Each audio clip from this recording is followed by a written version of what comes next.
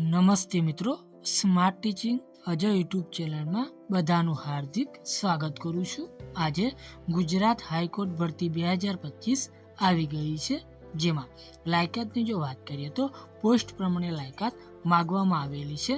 પગારની જો વાત કરીએ તો આમાં પગાર રૂપિયા 1,44,840 તમને શરૂઆતથી પગાર મળવા પાત્ર રહેશે।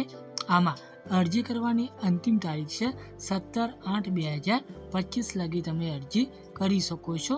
આમાં ઉંમર મર્યાદા, અરજી ફી શું રાખવામાં આવેલી છે જેવી સંપૂર્ણ માહિતી આપણે આ વિડીયોમાં જોવાના છીએ। જો તમે આ ચેનલ પર નવા હોય તો આ ચેનલને સબસ્ક્રાઈબ કરી દેવાની છે અને વિડીયોના અંત સુધી તમારે જોડાઈ રહેવાનું છે। તો વિડીયોની શરૂઆત કરીએ, જેમાં વાત કરીએ તો એસસીજી રિક્વાયરમેન્ટ 2025માં ગુજરાત હાઈકોર્ટ દ્વારા જિલ્લા ન્યાયાધીશની સીધી ભરતી માટે જાહેરાત બહાર પાડવામાં આવી છે। કુલ 113 જગ્યાઓ માટે જાહેરાત કરવામાં આવેલી આ ભરતીમાં પાત્રતા ધરાવતા વકીલો ફોર્મ ભરી શકે છે। ગુજરાત હાઈકોર્ટ દ્વારા જાહેર કરવામાં આવેલ આ ભરતીમાં ફોર્મ ભરવાનું 28/7/2025 ચાલુ થઈ ગયું છે। છેલ્લે 17/8/2025 સુધી ફોર્મ ભરી શકાશે। ત્યારબાદ જો તમે પણ આ ભરતીમાં ફોર્મ ભરવા ઈચ્છતા હોય તો અહીં આપેલી શૈક્ષણિક લાયકાત, ઉંમર મર્યાદા, અરજી ફી અને પસંદગી પ્રક્રિયા જેવી માહિતી ધ્યાનપૂર્વક વાંચીને જ ફોર્મ ભરવાનું રહેશે। ત્યારબાદ સંસ્થા કઈ છે તો ગુજરાત હાઈકોર્ટે સંસ્થા રહેવાની છે। પોસ્ટનું નામ તો જિલ્લા ન્યાયાધીશ। કુલ જગ્યાઓની વાત કરીએ તો 113 જગ્યાઓ। નોકરીનું સ્થળ તો ગુજરાત। ત્યારબાદ અરજી શરૂ કરવાની તારીખ 28 જુલાઈ 2025, જેમાં અરજી કરવાની છેલ્લી તારીખ છે 17 ઓગસ્ટ 2025 લગી તમે અરજી કરી શકો છો। આમાં અરજી કરવાની રીત તો તમારે ઓનલાઈન અરજી કરવાની રહેશે। પગારની જો વાત કરીએ તો આમાં પગાર રૂપિયા 1,44,840 થી રૂપિયા 1,94,660 લગી તમને પ્લસ ભથ્થું મળવા પાત્ર રહેશે। ત્યારબાદ કુલ જગ્યાઓની વાત કરીએ તો 113 જગ્યાઓ સાની છે તો જિલ્લા ન્યાયાધીશની।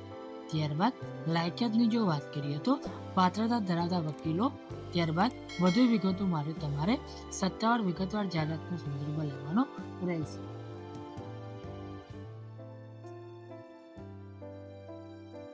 એટલે કે આપણને જે ઓફિશિયલ જે નોટિફિકેશન મળી છે એની લિંક પણ વિડીયોની નીચે આપી દીધેલી છે, તેથી તમે વધુ માહિતી એકત્રિત કરી શકો છો।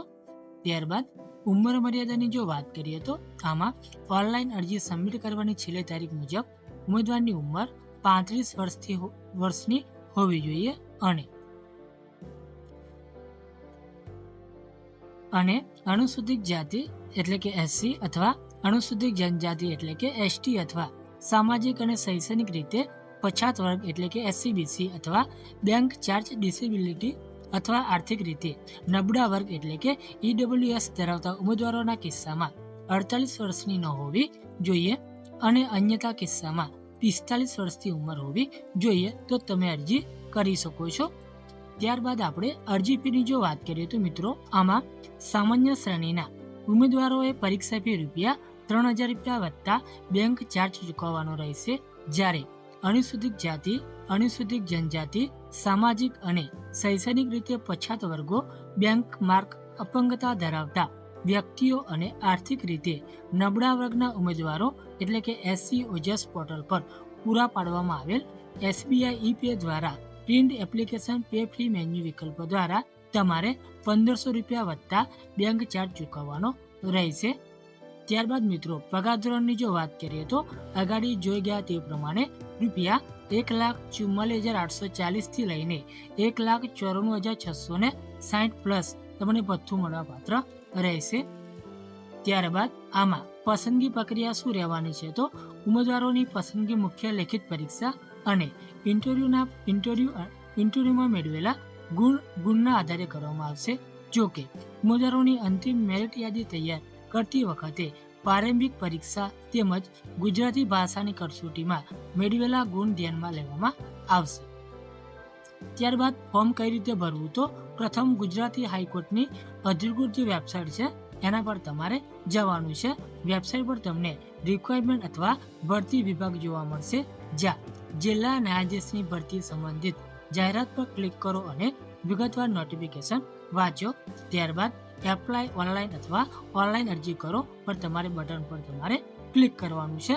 ત્યારબાદ ફોર્મમાં માંગવામાં આવેલી તમામ વિગતો કાળજીપૂર્વક ભરો. ત્યારબાદ જરૂરી દસ્તાવેજો અને ફોટોગ્રાફ તમારે અપલોડ કરવાના રહેશે. ત્યારબાદ અરજી ફી જો લાગુ હોય તો તમારે ઓનલાઈનના માધ્યમથી ચૂકવવાની રહેશે. દરેક પ્રકારની માહિતી 2 વખત તપાસો અને ખાતરી કરો કે ચોક્કસ છે કે નહીં.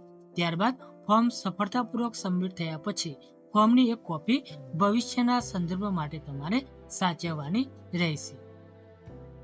જો તમને આ માહિતી ઉપયોગી થઈ હોય તો આ ચેનલને સબસ્ક્રાઇબ કરી દેવાની છે, વિડીયોને લાઈક શેર કરી દેવાનું છે, કેમ કે દરેક ભરતીની નોટિફિકેશન આપણે લાવતા હોઈએ છીએ.